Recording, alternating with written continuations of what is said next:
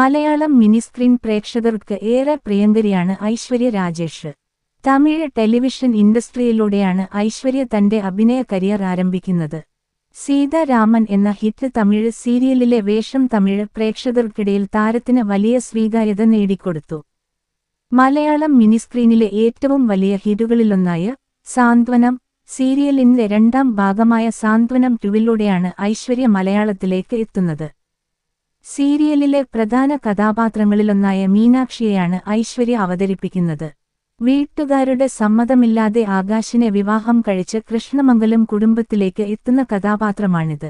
ഒരേസമയം വൈകാരികതയും ബോൾഡ്നെസ്സും നിറഞ്ഞ മീനാക്ഷി എന്ന കഥാപാത്രത്തെ ഐശ്വര്യ മികച്ച രീതിയിലാണ് അവതരിപ്പിക്കുന്നത്. ഈ ഒറ്റ കഥാപാത്രത്തിലൂടെ വളരെ പെട്ടെന്ന് തന്നെ താരം മലയാളി കുടുംബങ്ങളുടെ പ്രിയങ്കരിയായി മാറി. തമിഴ്നാട്ടിൽ ജനിച്ചു വളർന്ന ഐശ്വര്യയുടെ മാതൃഭാഷ തമിഴാണ്. എങ്കിലും മലയാളം സീരിയലുകളിലെ അഭിനയത്തിലൂടെ കേരളത്തിലും വലിയൊരു ആരാധകവൃന്ദത്തെ താരം സ്വന്തമാക്കിയിട്ടുണ്ട്. ചെന്നൈയിലെ കോളേജ് വിദ്യാഭ്യാസത്തിന് ശേഷമാണ് താരം മോഡലിംഗിലേക്കും പിന്നീട് അഭിനയരംഗത്തേക്കും തിരിയുന്നത്. ചാനലുകളിലെ തമിഴ് റിയാലിറ്റി ഷോകളിലൂടെയും ആൽബം ഗാനങ്ങളിലൂടെയുമാണ് ഐശ്വര്യ ക്യാമറയ്ക്ക് മുന്നിലെത്തുന്നത്. സി തമിഴ് ചാനലിൽ സംപ്രേഷണം ചെയ്ത സീതാരാമൻ എന്ന സൂപ്പർഹിറ്റ് പരമ്പരയാണ് ഐശ്വര്യയുടെ കരിയറിൽ വലിയൊരു ബ്രേക്ക് നൽകിയത്. ഇതിലെ കഥാപാത്രം തമിഴ് കുടുംബ പ്രേക്ഷകർക്കിടയിൽ താരത്തെ പ്രശസ്തയാക്കി. കൂടാതെ സൺ ടിവിയിലെ സണ്ടക്കോഴി എന്ന സീരിയലിലും താരം ശ്രദ്ധേയമായ വേഷം കൈകാര്യം ചെയ്തിട്ടുണ്ട്. തമിഴിലെ അഭിനയ മികവാണ് താരത്തിന് ഏഷ്യാനെറ്റിലെ സാന്ത്വനം 2-ലേക്ക് വഴിതുറന്നത്.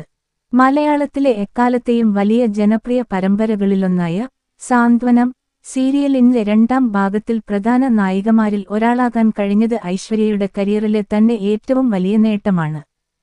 ഒരു അഭിമുഖത്തിൽ ഐശ്വര്യ തന്നെ പറഞ്ഞിട്ടുള്ളത്, മീനാക്ഷി എന്ന കഥാപാത്രം വൈകാരികമായി ഒട്ടേറെ തലങ്ങളുള്ളതും ഒരു തുടക്കക്കാരി എന്ന നിലയിൽ ഏറെ ചലഞ്ചിങ് ആയ ഒന്നാണെന്നുമാണ്.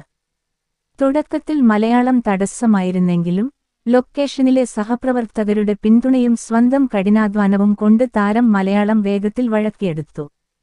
തുടക്കത്തിൽ കേരളത്തിൽ